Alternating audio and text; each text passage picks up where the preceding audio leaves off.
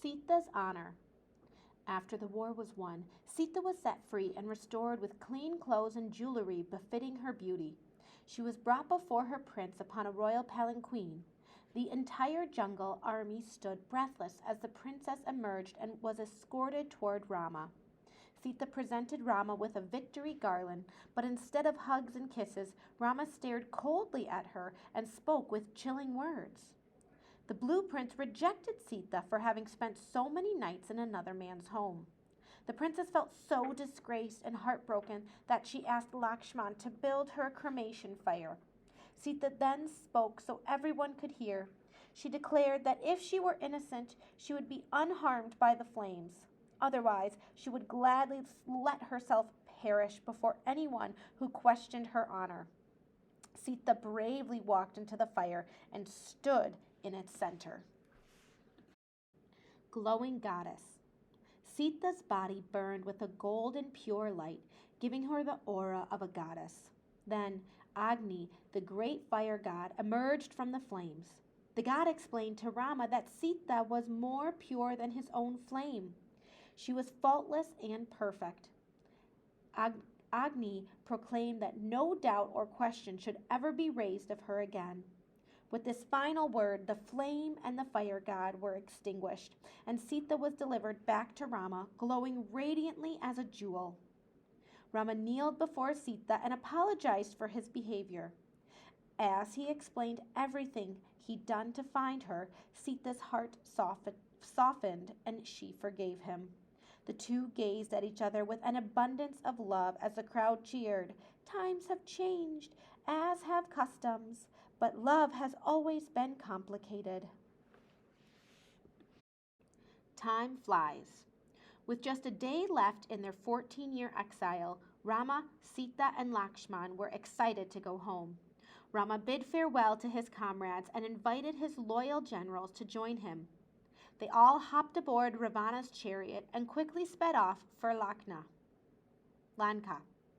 From the vantage point high in the sky, Rama showed Sita the great bridge over the ocean and then the tall peaks of Kishkinda, home of the Vanara tribes. Swiftly they passed over Pachavati, their home in the jungle, and over Dandaka forest and past the hills of Chirakuta. Before long, they crossed over the banks of the Saru River.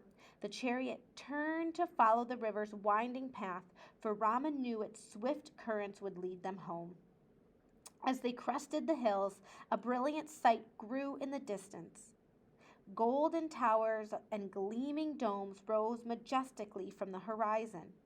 As they rapidly approached the mighty gates of Arodhya, Rama and Sita were finally home. A king at last. And so it was on the anniversary of their 14 years of exile that Rama and Sita were both finally crowned as the rightful king and queen. As Rama took up the throne, he saw the sandals that his brother had placed in his absence.